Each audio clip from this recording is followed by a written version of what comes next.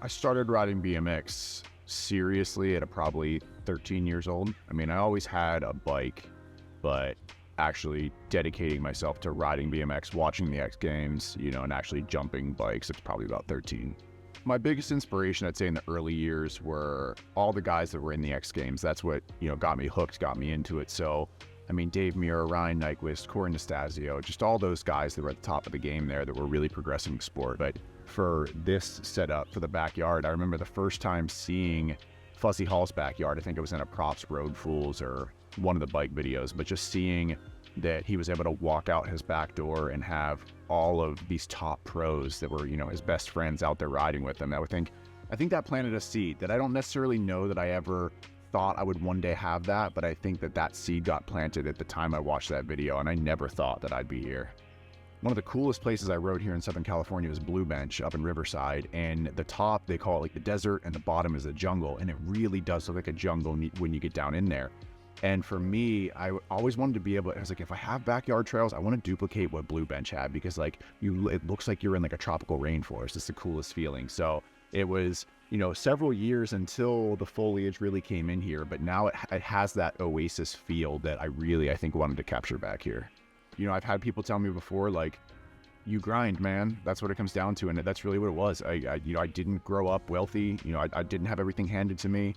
And I got to California because I was in the military. So I got stationed out here, and 2 Iraq deployments, which I don't wish that on anybody in this world, but those deployments are what allowed me to set aside a good portion of the money that I was able to put down in this place. And then after I got out of the military, I lived on some horse property for free for a couple of years, and I was living in a trailer, but it was enough to be able to just, all that money that came in, just throw it into savings. And I knew that that's what I was going to do, is save up for a house. And again, the luck side of things, I mean, I was able to buy in 2011 when the market was at a low.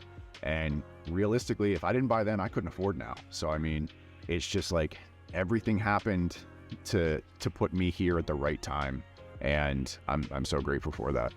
I've had so many people come back here and say to me, do you do this professionally? Do you do this for a living? And I was like, not at all. I don't make a dime from this. And they're like, I mean, this is a hobby for you? And it is. And like, there's so many aspects of having this back here. It's more than just a spot for me to ride. It's a Zen garden. I mean, it allows me to bring the things that are in my head and use the shovels to put forth the work to build the things that I want to ride, and then be able to test it out and then tweak it. And it's really just opened up so much for me. It's been like, it's been mentally beneficial, and it gets all these crews together out here. I mean, it really has become a, if you build it, they will come scenario. I mean, I've ridden back here with legends in BMX, and the guys that I grew up, I mean, I just said Corey Nastasio as one of my influences, and he's been here a handful of times. So it's so cool to have ridden with so many people that I looked up to. And I mean, if you were to show my 16-year-old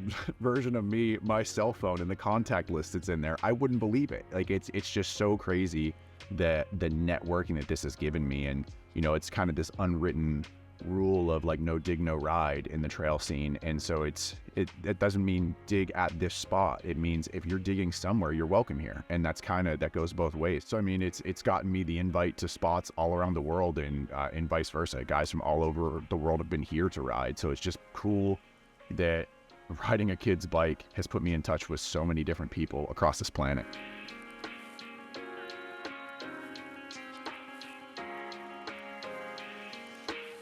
If you have a goal that you're going for, I mean, whether it's building jumps in your backyard or anything else in life, if you want something bad enough, you'll get it. Just don't quit.